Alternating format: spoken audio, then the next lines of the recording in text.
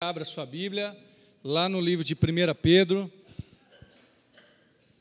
1 Pedro, capítulo 3. Nós estamos caminhando nessa epístola, 1 Pedro. Hoje chegamos ao capítulo 3. Na verdade, já estamos há um tempo. Vamos ler hoje os versos 8 ao 12, que falam de várias coisas que um cristão, servo de Deus, precisa vivenciar. Mas não sozinho, em partes o que nós temos que ter, ou eu e você individualmente, em parte aquilo que como igreja precisamos viver. E, hoje temos um tempo de ceia, iremos celebrar o Senhor através da ceia, e é interessante a gente lembrar uma coisa, A ceia, ela é um símbolo, a gente diz que ela é um memorial, um sinal, enfim, Cristo colocou uma representação para que a gente lembrasse do sacrifício e da ressurreição dele.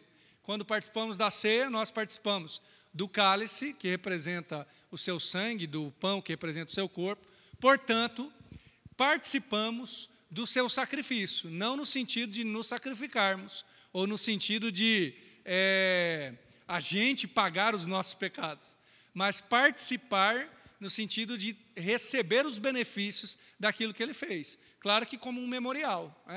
Mas a ceia e toda a celebração cristã que fazemos só tem sentido se nós vivermos uma vida cristã. Não é verdade? Alguém já disse que só tem vida no culto quando tem culto na vida. Ou seja, você vem no culto e aquilo é importante para você. O Senhor fala ao seu coração quando você cultua a Deus durante sua semana. E a ceia faz sentido, celebrar o Senhor faz sentido, se eu estou vivenciando o projeto de Deus para mim. Se eu estou vivendo aquilo que Deus quer que eu viva. Se não, continua sendo respeitoso, continua sendo importante, mas não é algo que eu estarei vivendo de verdade. Portanto, a gente vai ler esse texto. Ele não é um texto da ceia, mas a ceia do Senhor ela é uma boa ilustração daquilo que Cristo nos deu para participar. Nós vamos ler, você vai ver como ele fala sobre a comunidade, porque fala para todos, mas depois ele tem conselhos para os indivíduos. E a Bíblia é assim mesmo, a Bíblia fala para todos e é um a um. Ela tem conselhos para nós e para mim, ou para você. Acompanhe comigo a leitura que diz assim: finalmente, sede todos de um mesmo sentimento, compassivos, amando os irmãos, entranhavelmente misericordiosos e afáveis, não tornando mal por mal ou injúria por injúria, antes, pelo contrário, bendizendo, sabendo que para isto foste chamados, para que por herança alcanceis a bênção. Porque quem quer amar a vida e ver os dias bons, refreia a sua língua do mal, e os seus lábios não falem em engano. Aparte-se do mal e faça o bem, busque a paz e siga, porque os olhos do Senhor estão sobre os justos e os seus ouvidos atentos às suas orações, mas o rosto do Senhor é contra os que fazem o mal. Amém? Pedro, o apóstolo, já falou de diversas maneiras para o povo de Deus aqui, sobre casamento, sobre escravos, sobre como lidar com as autoridades. E agora ele vai, como se ele dissesse assim: agora eu quero falar com vocês, para a vida em comunidade. E o tema de hoje, a proposta, seria um projeto de vida nova.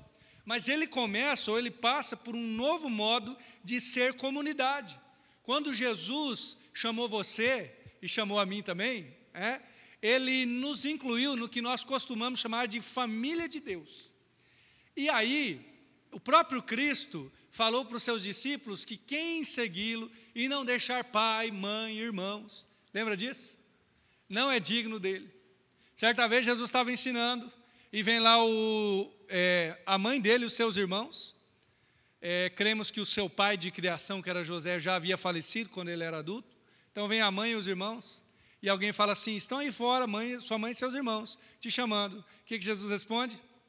Bom, eis aqui, eram os discípulos, os que estavam ouvindo, a minha mãe, os meus irmãos, enfim, e todo aquele que faz a vontade de Deus. O que Jesus está dizendo? Jesus não está dizendo que você tem que deixar a sua casa, abandonar os outros, não é isso, mas ele está dizendo assim, agora tem um novo jeito de viver, tem uma nova forma de viver em comunidade, não é mais do jeito que você aprendeu, pode ser, vamos dizer que seus pais são cristãos, te ensinaram no Evangelho, foi uma criação saudável, amém, amém, mas caso tenha algo contrário ao Evangelho, até mesmo aquilo que eu trago da minha casa, eu tenho que abandonar. E há um detalhe aqui, eu espero que a sua casa seja assim maravilhosa, você tenha sido criado por pais amorosíssimos, mas nenhum lar é perfeito. Portanto, nós temos que sempre olhar o jeito de sermos comunidade através da palavra de Deus. A palavra de Deus sempre nos corrige de diversas maneiras. E aí, o apóstolo Pedro vai dizer a primeira coisa sobre esse projeto de uma nova comunidade, né?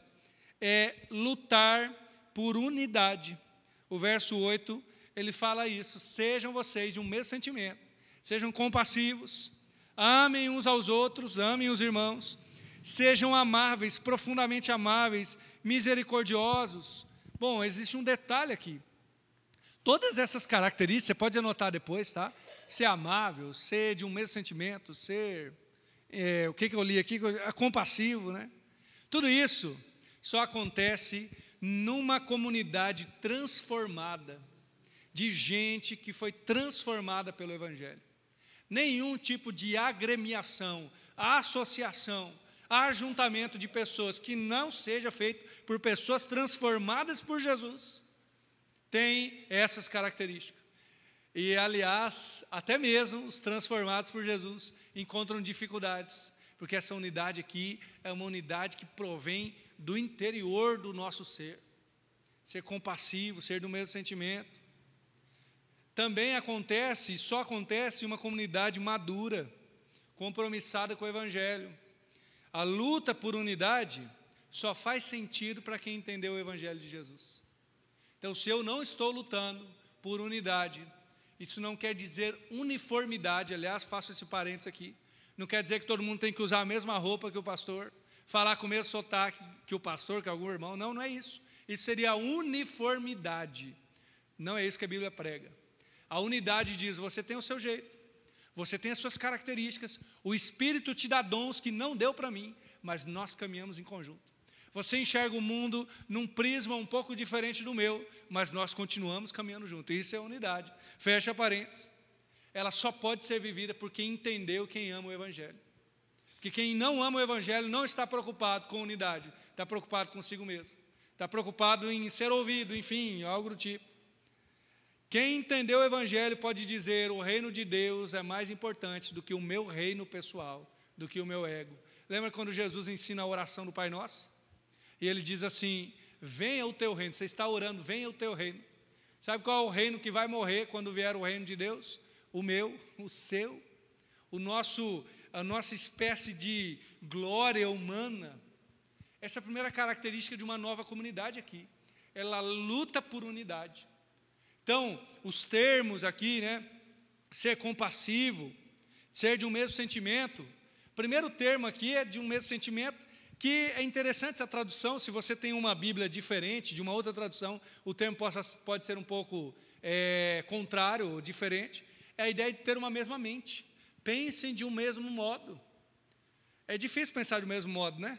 Se você é casado, sabe como que é difícil, até com a sua esposa, o seu esposo, com os seus filhos, é difícil pensar do mesmo jeito, ainda mais numa comunidade. A ideia não é concordar com tudo, mas é andar em unidade. Ser compassivo é conseguir sentir o que o outro está passando. E se pensar tem a ver com nós deliberarmos para as nossas ideias chegarem a um comum acordo, ser compassivo diz respeito a eu amar o outro, a ponto de sentir a dor do outro. Claro que eu não vou sentir toda a sua dor, eu talvez não tenha passado pelo que você passou, mas eu posso sentir um pouco, compartilhar. Esse é o preço de lutar por unidade. É sentir mais dores do que aquele que vive sozinho, isolado, sabia? Quem vive isolado, ele se isolou, ele não sente nem alegria, nem muita tristeza. Agora, quem ama se torna vulnerável. Sabe por quê? Quanto mais gente você ama, mais você sofre o risco de chorar por aquela pessoa. Imagina alguém que você ama, que está passando por uma doença, alguém que você ama, que está com lutas na família. Ser compassivo é isso, dói, mas é luta por unidade, para que você caminhe junto. A unidade dessa nova comunidade, dos repatriados, né, ela só é possível em um coração que resolveu dispensar amor ao outro. A segunda característica dessa comunidade é que ela tem um projeto de bênção. O verso 9 fala assim: não tornem mal por mal, nem injúria por injúria. Olha que coisa difícil, né, irmãos? O modo de viver do mundo é mal por mal. Aliás, o mundo, às vezes, até o bem ele faz mal, não é verdade? Tem coisa que você não pode deixar solta, né? Porque aí alguém vai lá e vai pegar, vai roubar, por exemplo. É mal contra o bem. Agora, nós invertemos a ordem. Por isso que o reino de Deus coloca o mundo de ponta cabeça. Neste mundo você faz o bem e te retorna o mal. Agora você e eu que servimos a Jesus, recebemos o mal e transformamos em bem. É difícil, né? Não, é impossível, na verdade, sem Jesus, mas com Jesus é possível. Agora, esse projeto de bênção, apesar de ser vivenciado dentro dessa nova comunidade, ele já diz respeito àqueles que estão lá fora. Tem alguém que está xingando a igreja? Vamos orar por ele, vamos abençoá-lo. A palavra diz aqui, né? Antes do que tornar injúria por injúria, bem dizer. Parece que o apóstolo Pedro está traduzindo as palavras de Jesus no Sermão do Monte. Amem os seus inimigos, bendigam os que vos maldizem. Essa é uma maneira da igreja se portar diante da sociedade. Por quê, irmãos? Porque a igreja tem um projeto de bênção. Essa nova comunidade, além dela ser unida, ela abençoa aqueles que estão ao seu redor. Aliás, o apóstolo Pedro faz o lembrete dele, ele já fez isso uma vez, e ele repete: para isto fosse chamados. Para quê? Para alcançar esta bênção por herança.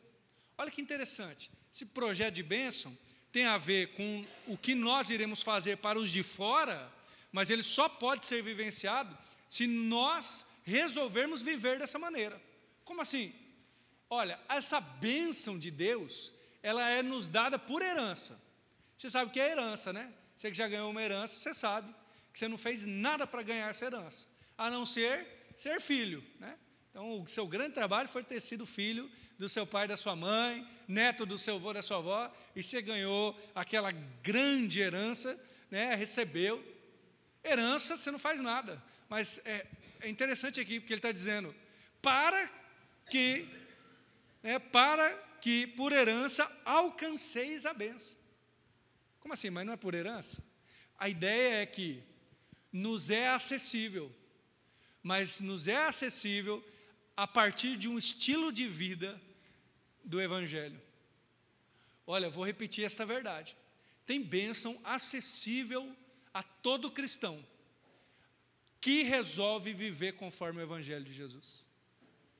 Você percebe isso? É um projeto. Ou seja, quando nós resolvemos não tornar mal por mal, quando nós resolvemos não tornar injúria por injúria, mas bem dizer, aí é como se a gente acessasse, né? A palavra está aqui, alcançamos aquela bênção. E qual que é a bênção? A bênção de ter aquilo que o Evangelho nos propõe em nosso coração, para que como igreja a gente alcance a bênção de ser uma representante de Jesus neste mundo. Então é por herança, porque a gente não merece. Só se Cristo tiver dado mesmo para nós, a gente recebe. Mas ainda assim, a gente só alcança a partir de um estilo de vida diferente. Gente, é verdade que às vezes nós não alcançamos uma bênção porque resolvemos viver de um modo amaldiçoador. Não somos abençoados com a graça de Jesus, com a alegria da salvação, porque nós somos aqueles que maldizem, nós somos aqueles que injuriam os outros, não é verdade? Às vezes não alcançamos a bênção da presença de Deus, porque nós tornamos mal por mal, e dizemos, Deus, esse é o meu jeito mesmo, eu torno mal por mal. Não, Se eu quero alcançar essa bênção, lembra que a palavra, esses primeiros versos é para a comunidade. Ou seja, se a igreja quer alcançar a bênção, a igreja tem que ter uma proposta de abençoar. O mundo vai nos xingar? É verdade. É possível que sejamos perseguidos, mas nós resolvemos abençoar aquelas pessoas. Nós resolvemos orar pelos que estão perdidos. Resolvemos ajudar, acolher aqueles que precisam. Essa é a ideia. E aí, você tem alcançado a bênção do Senhor na sua vida? A bênção do Senhor tem sido construída no seu coração? Através de bendizer, através de retornar o mal por bem, transformado. Agora imagina isso, né, gente? A pessoa vem e te xinga, te insulta, você fala assim, Deus te abençoe. A pessoa fica mais brava ainda, né? É uma alegria fazer isso, né? A pessoa sai mais brava, amém. Mas você não tornou mal por mal. Você sabe que alguém está falando mal de você, está fazendo algo contra, você diz assim, agora ele vai ver, vou orar por ele, vou orar para que Deus o abençoe. E quando nós começamos a fazer isso, sabe o que acontece? Cristo vai limpando do nosso coração toda possibilidade de mágoa, de angústia que poderia ficar por essas situações. E aí nós alcançamos a bênção do perdão, de um coração leve, de ser mais parecido com Jesus. Isso é um projeto de nova vida. Agora os versos 10 e 11, eles vão falar sobre, antes era um novo modo de comunidade, agora é mais específico, é para o indivíduo, é um novo modo de viver. E eu acho maravilhoso, porque pensamos que a Bíblia é verdade, e ela é mesmo, pensamos que ela é uma aplicação melhor do que qualquer aplicação deste mundo, qualquer palestrante deste mundo, fica no chinelo comparado à Bíblia. Então olha o que o apóstolo Pedro fala, para quem quer amar a vida e ver dias bons. Está vendo? Você quer amar a vida? Você quer ver dias bons? Olha, quando eu li essa frase, eu me imaginei numa praia assim, com sol, pôr do sol, água de coco, né? Mas nem todos terão essa oportunidade. Talvez você queira outro ambiente, outro lugar, mas amar a vida e ver dias bons não é necessariamente estar num ambiente rico ou bom como esse que eu imaginei, ou qualquer um. Tem a ver com o estilo de vida que nós vamos viver. A palavra diz, o apóstolo Paulo, por exemplo, fala a Timóteo, que homens maus e enganadores irão de mal a pior, enganando e sendo enganados. Aqueles que vivem pelo mal viverão eternamente assim, eternamente não, né? Mas viverão constantemente dessa maneira, enganando e sendo enganado. Mas como que eu saio desse ciclo? Como que eu saio desse estilo de vida? Que às vezes é um ciclo familiar, às vezes é o ambiente que eu estou, você não conhece o trabalho que eu estou, lá é um pisando em cima do outro, é cobra comendo cobra. Aí a gente vem ler esse versículo e fala assim, quem quer amar a vida e ver dias bons? Talvez você diga para o apóstolo Pedro, que você não sabe como que é lá em casa. Calma, mas é um novo padrão de vida, que Cristo nos propõe, ainda que a coisa esteja um caos, ainda que a coisa esteja brava. Portanto, a primeira coisa que eu já vejo dessa primeira frase, é que um novo modo de vida passa por eu construir a minha alegria. Construir. Veja aqui, primeiro, que é uma condicional. Quem quer, quem quer amar a vida, quem quer ver dias bons, existe uma condicional aqui, que não é para todos. E depois você vai ver o detalhe, que as coisas aqui para ver dias bons e para amar a vida, não são uma construção de coisas nem religiosas e nem grandes. Nós vamos ver, inclusive o texto está aqui aparecendo, né?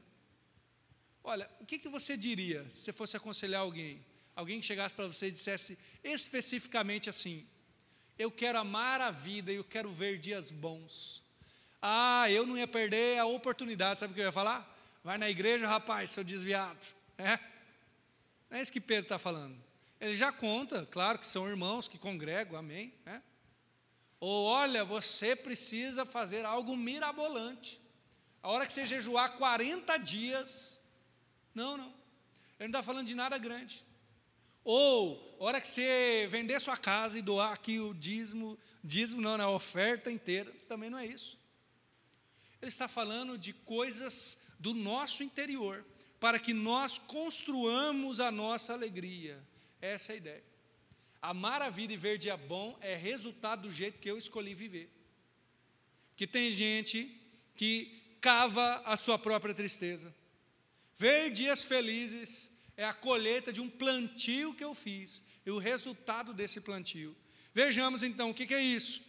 Primeiro, a primeira parte é essa ideia que eu construo, mas o que ele vai dizer aqui é lidar com a língua. Ele usa dois termos aqui: refreia a sua língua do mal e os seus lábios não falam engano. Então ele guarda a língua e guarda os lábios. Isso aqui, essas duas frases, você percebe que elas são praticamente idênticas, pelo menos no sentido: refrear a língua e os lábios não falar engano. Aí você fala assim, mas língua e lábio é quase a mesma coisa, de fato. Se você ler bastante os salmos, aí, os provérbios, você vai lembrar que tem salmos e provérbios próximos a isso, em que são repetidos duas frases muito parecidas. E isso é chamado de paralelismo. A poesia hebraica, ela repete, tem algumas coisas que ela repete. Por que ela faz isso? Primeiro, para enfatizar. Olha, isso que eu estou falando é sério. Por isso que eu vou dizer duas coisas, ou a mesma coisa de duas formas, para que fique claro que a coisa é verdadeira. E a ideia de repetir também dá sinal de um tema que não se esgota facilmente. Sabe aquela história assim, eu não tenho tempo para falar, mas isso aqui é muito importante. Então eu vou falar de duas formas diferentes a mesma coisa. E aí Pedro usa esse paralelismo dizendo: refreia a sua língua, guarde os seus lábios do mal. E isso intensifica ainda essa ideia. Quem quer ver dias bons não se contamina com a maldade. Quem quer ver dias bons guarda os seus lábios. A ideia é não perde a batalha contra a sua língua. Essa é a ideia. Lá no Salmo 120, o salmista está extremamente angustiado. Um salmo de angústia, que ele fala: na minha angústia clamei ao Senhor, Ele ouviu o meu clamor. E por que ele está angustiado? Porque ele está passando por meio de lábios mentirosos e língua enganadora. Que te dará, o que te acrescentará a língua enganadora? Olha só, o salmista está no meio de gente que fala mentira, que engana, e isso está se tornando grande angústia para ele. Agora o apóstolo Pedro reverte essa ideia, Ele diz que se você refrear a sua língua, você vai ver dias bons. Se você guardá-la, vencer essa batalha, você terá uma vida melhor.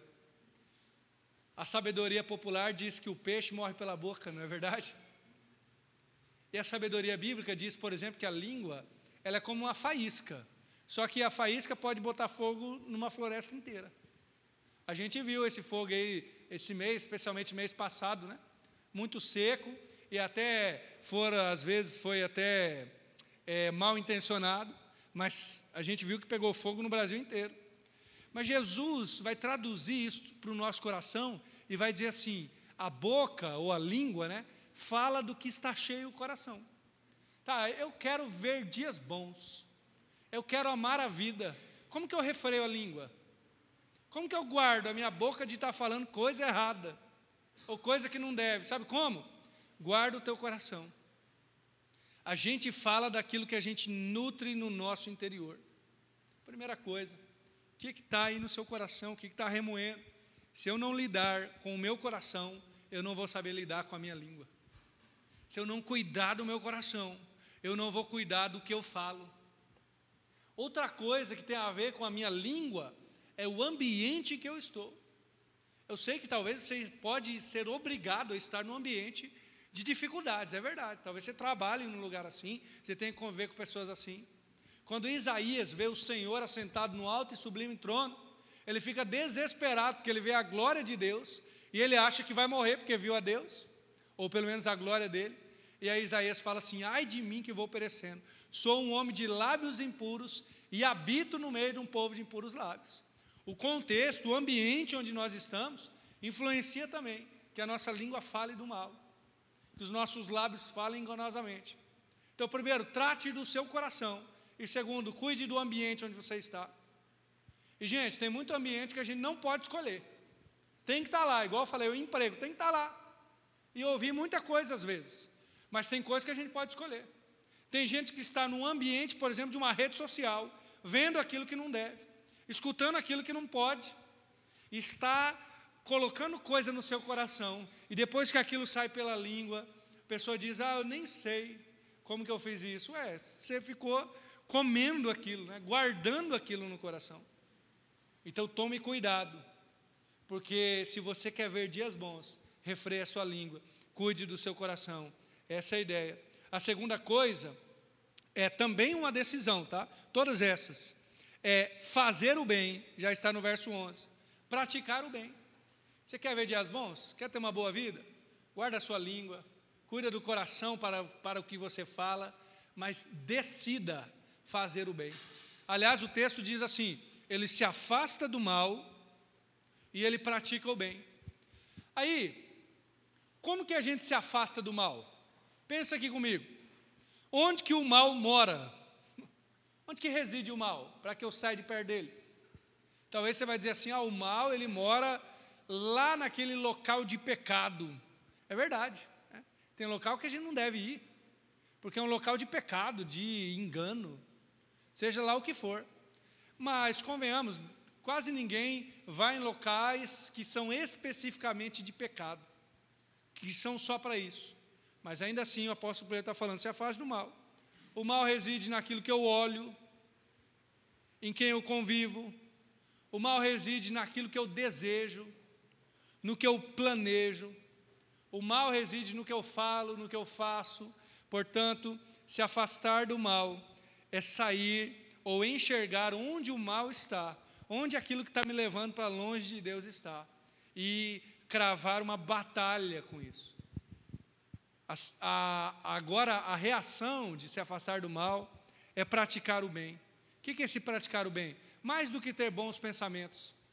O cristão que quer viver uma boa vida e quer ver dias bons, sabe o que ele faz? Ele começa a decidir fazer a coisa certa. E tem um detalhe aqui que vale para todo mundo que quer ter uma boa vida de certa forma. Você não terá o contexto ou o ambiente ou as pessoas ao seu redor suficiente para que você faça isso porque você quer. Todo mundo que fala assim, beleza, a hora que chegar a hora certa, eu vou praticar o bem, nunca vai chegar a hora certa. Você sempre vai ter um espinho na carne, um calo, um enviado de Satanás, seja lá o que for. Sempre vai ter um ambiente em que você não consegue praticar o bem. Porque fazer isso é uma decisão. E a decisão é dizer assim, eu decidi que eu quero viver conforme o Evangelho. E eu quero realmente ter uma boa vida, amar os dias. Então a gente decide fazer o bem. Como que a gente faz o bem? A gente faz o bem, vou relembrar aqui já com a nossa língua, bendizendo quem nos maldiz.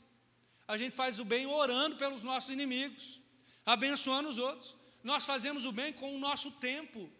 Você pode dedicar o seu tempo para alguém, para ouvir, para escutar. Tem tanta gente precisando. A gente faz o bem até com o nosso dinheiro. Quando a gente encontra alguém passando fome, alguém necessitado, e nós o ajudamos, e somos generosos. O apóstolo Paulo fala a Timóteo, que era para Timóteo exortar os irmãos da sua igreja, e especialmente os ricos. Fala assim, olha, Timóteo, diga aos ricos que não ponham a esperança na incerteza das riquezas, mas em Deus que nos dá todas as coisas para delas desfrutarmos. E Paulo ainda fala, Timóteo, exorta os ricos que sejam generosos, que pratiquem o bem, doem livremente. Por quê? Porque você pode, eu posso praticar o bem até com meus recursos, ajudando os outros. E lembra o que ele está nos ensinando? A amar a vida e ver dias bons. Certamente você já viu alguém muito rico e muito mão de vaca, não é verdade? Aquela pessoa que é muito rica, mas que ele parece mais pobre do que a maioria dos pobres que você conhece. Ele não consegue ser feliz, ele tem medo de perder o dinheiro. E sabe o que seria uma solução para esse rico? A hora que você encontrar um rico assim, você já tem uma palavra para dar para ele. A solução é ele dar o dinheiro dele para várias pessoas. Como assim dar o dinheiro? Não tudo, para ele ficar pobre, senão fica igual nós. Então. Mas quando a gente é generoso, a gente começa a amar a vida. Esse é o detalhe. Quando a gente é generoso, a gente começa a ver mais dias bons. E essa palavra não vale só para o rico não, viu?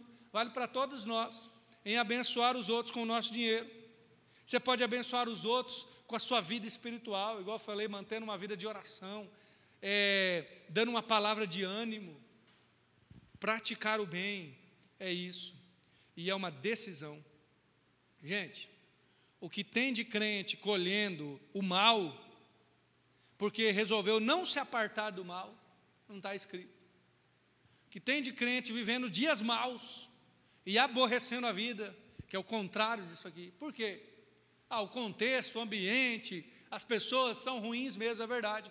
Mas em algum momento, este crente decidiu que ele ia tornar mal por mal, decidiu que ele não ia praticar o bem, que ele ia realmente fazer a coisa errada, e aí começa a colher. Gente ranzinza, gente que não gosta nem de estar com os outros, por quê? Porque resolveu que não ia plantar o bem, não. Percebe? Quem é você nessa história? Ou pense assim, como você será daqui 5, 10 anos? O que você resolveu plantar? Você está praticando bem? Você está refreando sua língua? A terceira coisa sobre esse modo de viver, que aqui cabe a cada um, é buscar a paz. Este é o terceiro conselho que ele dá. Busque a paz e siga. Como buscar a paz? A paz não é estar de bem com todo mundo assim, ser um falso, sabe? Não, isso não é paz. A paz diz respeito a andar de uma maneira aprovada por Deus. Uma maneira em que está na palavra, vamos dizer assim, uma maneira em que eu sei que Deus sondou meu coração, fui sondado pela palavra, eu estou vivendo do jeito certo. Mas buscar a paz tem a ver também com tratar o outro conforme Cristo manda com que eu faça.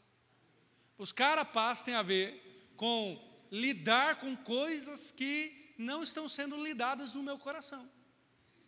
Se eu resolver buscar a paz, eu vou tratar de perdoar quem eu preciso perdoar, restaurar relacionamentos que precisam ser restaurados. Se eu resolver buscar a paz, eu vou conversar, lidar, orar a respeito daquilo que eu estou fugindo de lidar, porque eu resolvi buscar a paz.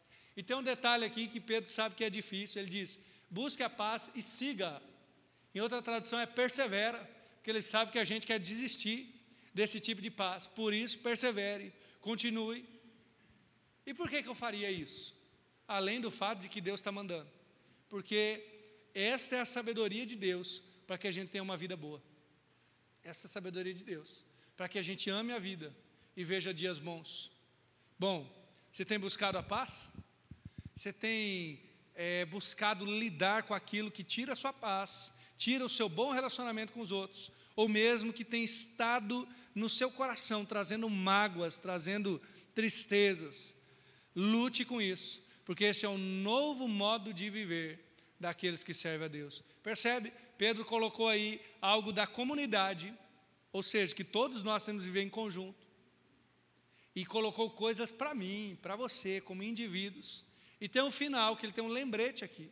Se ele falou de uma nova forma de comunidade, uma nova forma de vida, agora Pedro vai dizer de uma antiga verdade. Ele vai lembrar um texto, uma palavra já conhecida, para dar suporte ao que ele está falando. Olha o verso 12. Os olhos do Senhor estão sobre os justos, os seus ouvidos atentos às suas orações, mas o rosto do Senhor é contra os que fazem os males. Essa terceira parte daqui, a antiga verdade. Às vezes nós dizemos, Senhor, por que eu não estou sendo abençoado? Senhor, por que eu não estou recebendo da Tua presença, como eu falei? Porque os olhos do Senhor estão sobre os justos. Porque a sua alegria, a minha alegria, o amar a vida e ver dias bons, porque o desfrutar da bênção e da paz é para aquele que decidiu obedecer e ter uma vida transformada internamente e depois externamente praticando bem, falando aquilo que é correto. Por quê? Porque os olhos do Senhor estão sobre os justos. Alguns dizem por aí que Deus tem uma opção preferencial. Deus teve a opção preferencial pelos justos, por aquele que resolve obedecer. E o que seria isso, irmão? Isso não quer dizer, e a gente tem que lembrar de tempos em tempos, que se você fizer tudo isso, é uma fórmula mágica, você nunca mais vai passar por problema. Não é isso. Se você fizer tudo isso aqui, você vai ficar rico, né? Não, também não é isso. O que é então? Os olhos do Senhor estão sobre os justos, porque o Senhor abençoa, o Senhor dá alegria, o Senhor dá dons, o Senhor dá da presença dEle, para aquele que resolve obedecê-lo. Aqui eu preciso fazer um novo parênteses, irmãos. Nós costumamos decorar o discurso, e é provável que tudo que eu falei, ou boa parte do que eu falei, você já sabia. Nós costumamos decorar o discurso, e a gente diz, é verdade, é isso aí, tem que ser justo. Mas, qual é a distância entre o que eu sei e o que eu vivo? Porque os olhos do Senhor não estão, e por olhos do Senhor aqui quer dizer a aprovação dEle, né? Não estão sobre os que dizem ser justos. Não estão sobre os que decoraram como obedecer. Não estão sobre aqueles que sabem o discurso e podem ensinar os outros. Não. Os olhos do Senhor estão sobre os que vivem, os que obedecem. Esta é a bênção, né, do Senhor. E o rosto dele está contra os que fazem males. Quem sou eu nessa história toda? Veja, os primeiros versos, os 4 primeiros versos, falam sobre o nosso plantio, o jeito de viver. Mas este último ainda é uma antiga verdade, se não lembrar, dizendo, e ainda Deus abençoa. Se você resolver viver abençoando, bem dizendo, Deus ainda tornará isso por bênção na sua vida. Porque os olhos do Senhor aprovam aquele que resolve obedecê-lo. Então, com uma resposta, nós iremos sair daqui essa noite. Talvez mais, mas uma eu tenho certeza. Que é da pergunta assim, será que Deus está me abençoando? Ou você pode dizer, pode se perguntar da seguinte forma, por que será que eu não estou vivendo tudo aquilo que Deus quer que eu viva? Bom, porque os olhos do Senhor estão sobre os justos. Não só sobre o que você fala, só sobre o seu discurso ou sobre o meu, mas sobre um estilo de vida que eu escolhi viver. Um estilo de vida que nós, como igreja, resolvemos viver. Por quê? Devo lembrar, porque o Senhor aprova aquele que resolve viver com justiça, aquele que está buscando o Senhor. E eu quero orar com você, quero te desafiar, que seja arrancado do seu coração, nem que doa, tá? Pode ser, mas se é uma dor para curar, ela é boa. Seja arrancado do seu e do meu coração, que seja retirado do nosso modo de vida, aquilo que está nos afastando de Deus, aquilo que nos está não permitindo que a gente vivencie esse estilo de vida que é considerado uma bênção aqui. Se tem algo que você coloque no altar do Senhor, se tem algo a se consagrar, que você coloque na presença do Senhor, porque, devo dizer, porque os olhos do Senhor estão sobre o justo, para que a gente não saia daqui achando que está enganando Deus, não estamos. Estamos apenas enganando o nosso próprio coração. Vamos orar juntos? Obrigado, Deus, por esse tempo. Obrigado, Pai, porque nós cremos que este projeto de vida nova é para mim, é para cada um aqui. Porque nós cremos plenamente que o Senhor tem um modelo de vida para nós, que não é umas regras, mas são princípios verdadeiros. Senhor, nos ajude a construir a alegria conforme o Senhor deseja. Nos ajude a refrear a nossa língua, mesmo que tenhamos que lidar com o nosso coração, com o que vai nele. Nos ajude, Senhor, a cuidar com o que falamos, que possamos bem dizer àqueles que nos maldizem. Nos ajude a praticar o bem, ser amável. Como igreja, ser uma comunidade que luta pela unidade e que abençoa tanto os de dentro quanto os de fora. Porque nós queremos, Pai, vivenciar o que o Senhor tem para nós. Porque nós cremos que os olhos do Senhor estão naqueles que decidiram obedecer. Portanto, eu oro junto com cada irmão e irmã nessa noite, para que seja retirado do nosso estilo de vida todo o pecado, tudo aquilo que vai contra a sua vontade. Porque isso, além de nos tirar a aprovação do Senhor, isso nos faz, Senhor, com que a gente não vivencie tudo aquilo que o Senhor tem para nós. Também, Senhor, eu oro para que a gente possa ser transformado no nosso interior. Não deixe com que o nosso coração ame ou deseje só o que é mal, só o que é ruim, mas que a gente possa ser nutrido segundo a Tua vontade. Queremos ver dias bons, Senhor. Queremos amar a vida e queremos viver esta bênção do Senhor para nós. Eu oro, Pai, porque sabemos que o Senhor deseja este modo de vida para cada um de nós e para nós como igreja. Então nos ajude, Senhor, e que saímos daqui decididos a ter um estilo de vida que Te agrada, Pai. Obrigado, Pai, por tudo que o Senhor tem nos dado. Oramos em nome de Jesus.